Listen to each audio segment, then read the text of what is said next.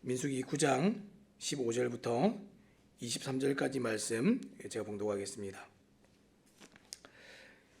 성막을 세운 날에 구름이 성막 곧 증거의 성막을 덮었고 저녁이 되면 성막 위에 불 모양 같은 것이 나타나서 아침까지 이르렀으되 항상 그러하여 낮에는 구름이 그것을 덮었고 밤이면 불 모양이 있었는데 구름이 성막에서 떠오르는 때에는 이스라엘 자손이 곧 행진하였고 구름이 머무는 곳에 이스라엘 자손이 진을 쳤으니 이스라엘 자손이 여호와의 명령을 따라 행진하였고 여호와의 명령을 따라 진을 쳤으며 구름이 성막 위에 머무는 동안에는 그들이 진영에 머물렀고 구름이 성막 위에 머무는 날이 오래일 때에는 이스라엘 자손이 여호와의 명령을 지켜 행진하지 아니하였으며 혹시 구름이 성막 위에 머무는 날이 적을 때에도 그들이 다만 여호와의 명령을 따라 진영에 머물고 여호와의 명령을 따라 행진하였으며 혹시 구름이 저녁부터 아침까지 있다가 아침에 그 구름이 떠오를 때에는 그들이 행진하였고 구름이 밤낮 있다가 떠오르면 곧 행진하였으며 이틀이든지 한 달이든지 1년이든지 구름이 성막 위에 머물러 있을 동안에는 이스라엘 자손이 진영에 머물고 행진하지 아니하다가 떠오르면 행진하였으니 곧 그들이 여호와의 명령을 따라 진을 치며 여호와의 명령을 따라 행진하고 또 모세를 통하여 이르신 여호와의 명령을 따라 여호와의 직임을 지켰더라. 아멘. 오늘 말씀은 광야로 나갈 준비라는 제목을 가지고 함께 말씀을 나누기 원합니다. 오늘날 제가 딸아이랑 집에 돌아가고 있는 중이었습니다. 아이가 이제 하루 종일 피곤했는지 차를 타자마자 이제 옆자리에서 잠이 들었고, 이제 그날따라 이제 늘 다니던 길에 차가 많이 막혔습니다. 그래서 제가 이제 집에 가는 길에 차를 이제 돌려가지고 우회하는 길로 이제 크게 돌아서 갔습니다. 그 길은 이제 가로등도 없고 이제 도시 이제 불빛도 없고 이제 깜깜한 이제 그런 길인데 중간에 이제 자다가 아이가 깼습니다. 그러더니 집에 가는 길이 아니거든요. 그래서 아빠 지금 어디 가는 거야? 이제 깜짝 놀라서 물어봤습니다. 여기는 지금 집에 가는 길이 아닌데 이렇게 얘기를 했습니다. 자, 그러면서 이 깜깜한 밤중에 가로등도 전혀 없는 그 낯선 길을 보고서 의아해는 했지만 더 이상 질문은 하지 않고 다시 평안하게 잠이 들었습니다. 아이가 왜 아무 걱정 없이 다시 평안히 잠이 들었을까요? 지금 운전대를 잡은 아빠가 반드시 자기를 집에 데려다 줄 것이다 하는 믿음이 있었기 때문에 잠이 들 수 있었습니다. 우리도 이와 비슷한 상황을 종종 만나게 됩니다. 사실 한치 앞도 알 수 없는 매일의 삶이 그렇습니다. 오늘 하루 어떤 일이 일어날지 알 수도 없고 알 수 없기 때문에 불안할 수 있지만 우리가 어떻게 평안할 수 있습니까? 우리 주님께서 나와 함께 하신다 하는 믿음이 있을 때 우리가 평안하게 지낼 수 있습니다. 우리가 그래서 흔히 이 세상을 얘기할 때 이 한치 앞도 알 수 없는 이 세상을 광야와 같은 세상이다. 흔히들 이렇게 얘기합니다. 그 광야와 같은 세상을 살아갈 때 우리에게 필요한 것은 그럼 무엇입니까? 알 수 없는 광야로 나갈 때 우리가 준비가 필요한데 오늘 그 첫 번째 준비를 우리 함께 나누기 원합니다. 첫 번째 준비는 아버지와 같은 하나님의 동행이 필요합니다. 그래서 15절 16절 말씀 제가 한번 읽겠습니다.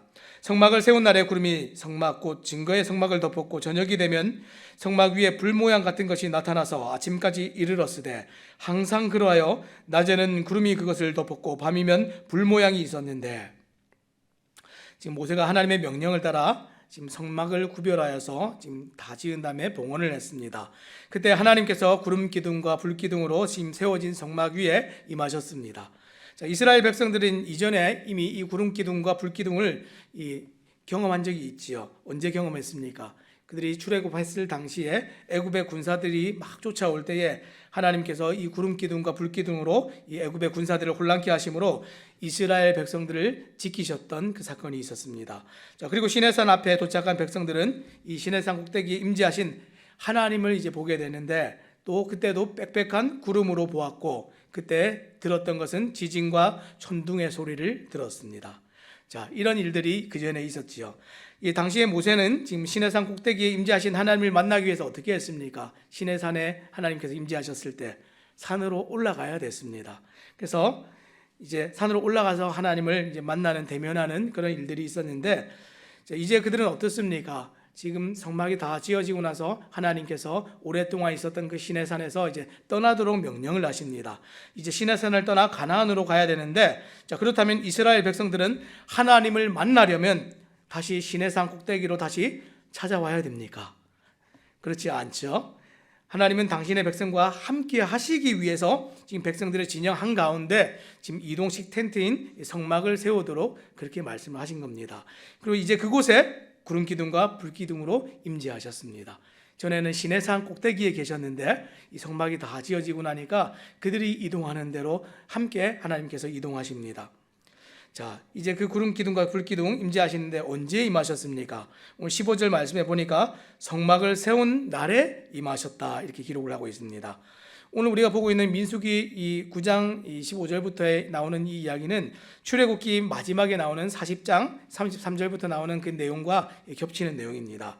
자, 출애굽기 40장 33절 34절 말씀 제가 읽겠습니다. 그는 또 성막과 제단 주위에 뜰에 포장을 치고 뜰문에 휘장을 다니라. 모세가 이같이 역사를 마치니 구름이 회막에 덮이고 여호와의 영광이 성막에 충만하매.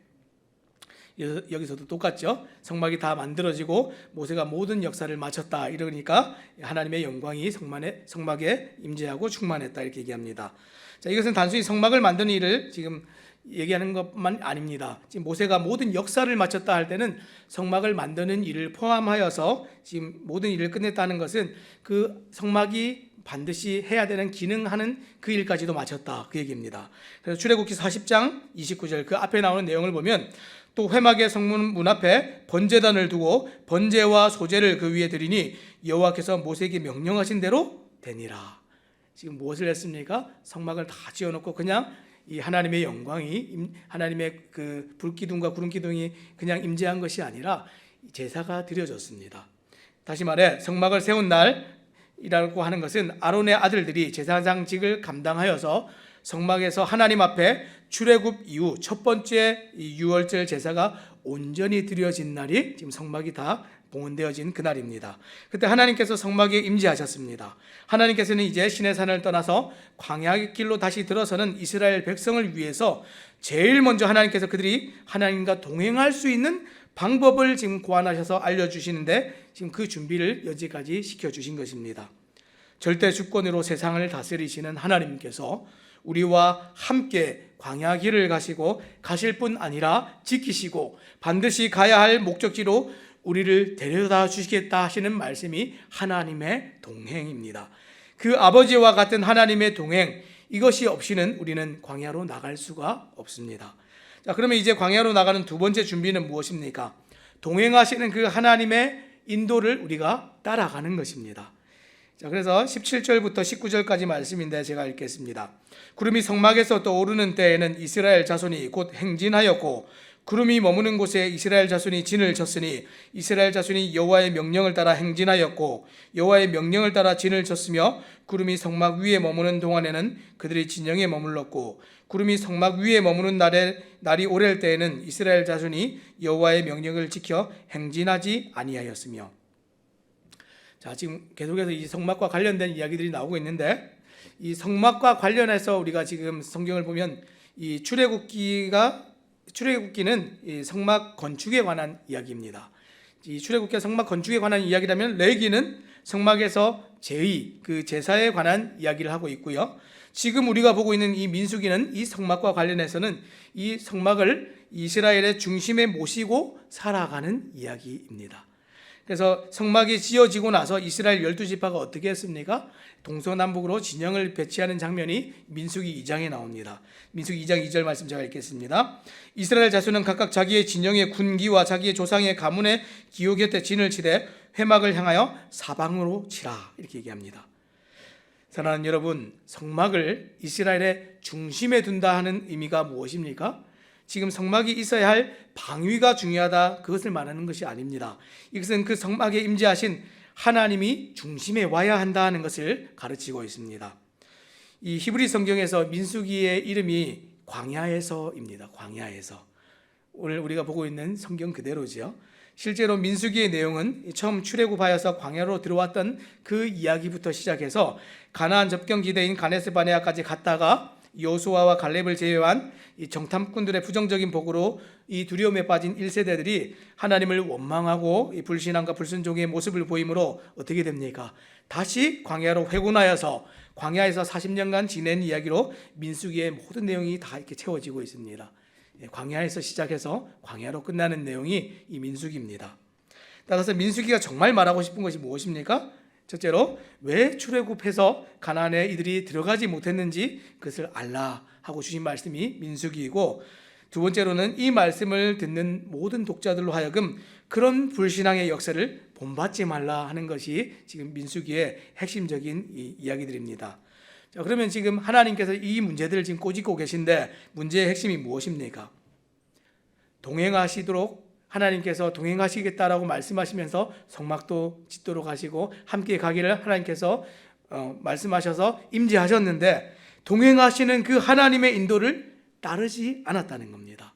그리고 하나님의 약속을 믿지 않았다는 것이 이들의 가장 핵심적인 문제입니다. 그래서 바울 사도는 광야에서 조상들의 이 경험에 관해서 뭐라고 얘기했습니까? 고린도전서 10장 1절부터 4절까지 말씀 제가 한번 읽겠습니다.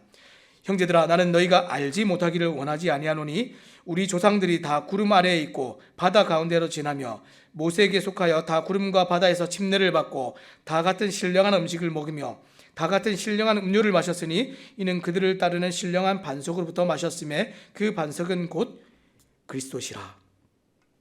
광야에서 어떻게 살았습니까? 만나를 먹고 반석에서 나는 물을 마셨습니다.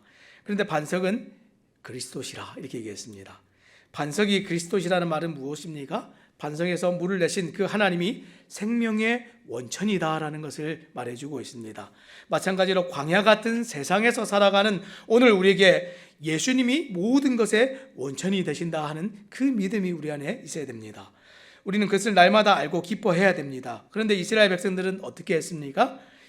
좀 전에 읽었던 고린도전서 10장 그 뒤에 나오는 구절을 제가 읽겠습니다. 5절 6절입니다. 그러나 그들의 다수를 하나님이 기뻐하지 아니하셨으므로 그들이 광야에서 멸망을 받았느니라. 이러한 일은 우리의 본보기가 되어 우리로 하여금 그들이 악을 즐겨한 것 같이 즐겨하는 자가 되지 않게 하려 함이니. 이스라엘의 조상들은 하나님께서 임재하신 성막은 있었지만 자신의 삶의 중심으로 가져오지는 않았고, 구름이 움직일 때 발걸음은 쫓아갔지만 마음은 그 인도를 받지 않았고, 만나를 먹고 반석에서 나는 물은 마셨지만 그들의 생명을 보존하시는 하나님을 인정하지는 않았습니다.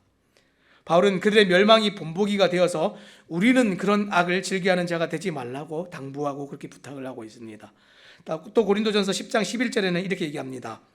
그들에게 일어난 이런 일은 본보기가 되고 또한 말세를 만난 우리를 깨우치기 위하여 기록되었느니라. 성경에 이런 기록들이 왜 있다고 얘기합니까? 본보기가 되게 하고 말세를 살아가는 모든 성도들에게 깨우치도록 그것을 기록하였다. 바울 사도가 이렇게 얘기했습니다.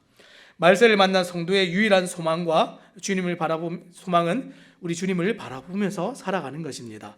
오늘 세상살이에 빠져 정말 주님의 더디 오심을 기뻐한다면, 나는 정말 이 사는 것이 너무 행복해서 주님 조금만 좀 늦게 오셔도 괜찮을 것 같습니다. 저는 장가도 가야 되고 결혼도 해야 되고 지금 사업도 너무 잘 되고 있고 이런저런 핑계로 주님 오신 것을 우리가 기대하지 않고 소망하지 않는다면 우리는 삶의 중심에 하나님이 계시지 않는 것입니다. 자, 그러면 우리는 언제 어떻게 하나님의 인도를 따라가야 합니까? 광야로 나갈 이 마지막 이제 세 번째 준비입니다. 마지막 세 번째 준비는 매일 순종의 걸음을 걷는 것입니다. 20절 21절 말씀 제가 한번 읽겠습니다. 혹시 구름이 성막 위에 머무는 날이 적을 되도 그들이 다만 여호와의 명령을 따라 진영에 머물고 여호와의 명령을 따라 행진하였으며, 혹시 구름이 저녁부터 아침까지 있다가 아침에 그 구름이 떠오를 때에는 그들이 행진하였고 구름이 밤낮 있다가 떠오르면 곧 행진하였으며. 하나님의 명령을 따라 지금 진을 치기도 하고 행진하기도 하는데, 어떤 날은 구름이 잠깐 머물다가 바로 움직였습니다. 또 짐을 풀고 하룻밤을 머물렀는데 다음날 아침이 되니까 바로 출발해야 되는 그런 때도 있었습니다. 또 어떤 때는 생각보다 굉장히 오래 머물러 있을 때도 있었습니다. 또 22절 또 뭐라고 얘기합니까? 이틀이든지 한 달이든지 1년이든지 구름이 성막 위에 머물러 있을 동안에는 이스라엘 자손이 진영에 머물고 행진하지 아니하다가 떠오르면 행진하였으니, 어떤 때는 한 달 혹은 1년 동안 아무런 말도 없이 머물러 있기도 했다고 이렇게 기록을 하고 있습니다.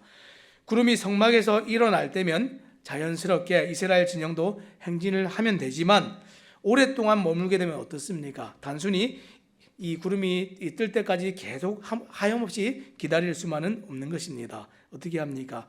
대기할 수가 없으니까 임재의 구름이 성막 위에 오래 머물게 되면 행진을 그치고 머무는 그곳에서 일상을 살아야 됩니다. 그래서 머무는 날이 오래될 때는 어떻게 하라고 지금 권면을 하고 있습니까? 19절 말씀입니다. 구름이 성막 위에 머무는 날이 오래일 때에는 이스라엘 자손이 여호와의 명령을 지켜 행진하지 아니하였으며, 여기서 여호와의 명령을 지켜 이렇게 얘기를 했습니다. 여호와의 명령을 지켜, 이 표현은 순종한다 이런 뜻을 가지고 있습니다. 이 말씀을 직역하면 이렇습니다. 이스라엘 자손들이 여호와의 직무를 수행하였다. 원어를 직역하면 이렇게 되어 있습니다. 자, 이것을 23절 말씀에 동일하게 얘기하고 있죠. 제가 한번 23절 마지막 말씀을 읽겠습니다. 곧 그들이 여호와의 명령을 따라 진을 치며 여호와의 명령을 따라 행진하고 또 모세를 통하여 이르신 여호와의 명령을 따라 여호와의 직임을 지켰더라. 이것은 오늘 하나님과 동행하는 우리도 크게 다르지 않습니다. 어떻습니까? 모든 시간, 모든 곳에서 어떤 말씀을 하시든지 우리는 내게 주시는 하나님의 말씀만 듣고 그 말씀대로 주신 삶의 자리를 지키고 살아내는 것, 이것이 우리가 해야 될 일입니다. 그것이 오늘 떠나는 것이라면 반드시 우리는 떠나야 됩니다. 그것이 오늘 계속해서 이곳에 머무는 것이라면 우리는 말씀이 있기까지 계속해서 있는 그 자리에서 머물러야 됩니다. 자, 그러면 언제까지 그런 삶을 살아야 합니까? 죽기까지. 매일의 삶을 우리는 그렇게 살아야 됩니다. 오늘도, 내일도, 미래도 매일 순종의 걸음을 내딛는 것이 우리의 직임이고 광야로 나아가야 되는 우리의 최종적인 준비입니다. 오늘 말씀을 맺겠습니다. 여러분들은 광야로 나갈 준비를 어떻게 하고 있습니까? 이 광야는 아무것도 없고 어떤 일이 일어날지 알 수 없는 곳이 지금 광야인데, 오로지 하나님을 의지하지 않고는 살 수 없는 것이 광야입니다. 주님 손을 놓고는 단 하루도 살 수 없는 곳이 광야입니다. 오늘도 그런 광야 같은 세상으로 우리가 발걸음을 옮길 때 여러분은 어떤 준비를 하고 있습니까? 정말 오늘 말씀처럼 우리 하나님과 함께 하시는, 우리와 함께 하시는 하나님, 삶의 그 중심에 두고 모든 시간에 그분을 신뢰함으로 살아가는 그 일이 있어야 우리가 광야로 나갈 준비를 제대로 하는 것입니다. 자, 그러면 그 일을 어떻게 합니까? 하나님의 임재의 구름을 우리가 늘 주목하면 됩니다. 언제 뜨는지, 언제 멈추는지. 하나님의 임재의 구름을 우리가 주목하는 것은 어떤 것입니까? 여기에는 우리가 보고 있는 이 땅에는, 우리가 지금 보고 있는 이 현실에는 구름 기둥도 없고 불 기둥도 없지 않습니까? 어떻게 주목합니까? 하나님의 임재가 있는 삶의 모든 현장에서 기도하는 겁니다. 기도함으로 하나님의 뜻을 묻고 그 말씀 가운데 주시는 그 말씀에 응답하여서 순종하여 살아가는 것이 우리가 오늘날 이 불기둥과 구름기둥 대신 하나님을 주목하는 것입니다. 오늘도 우리는 전혀 알지 못하는 길을 가지만 운전대를 잡고 가는 이 아빠를 믿고 평안히 잠을 자는 아이처럼 내 주 하나님을 의뢰함으로 모든 순간을 또 평안히 걸어갈 수 있는 모든 성도님들 되시기를 우리 주님의 이름으로 부탁드립니다. 기도하겠습니다.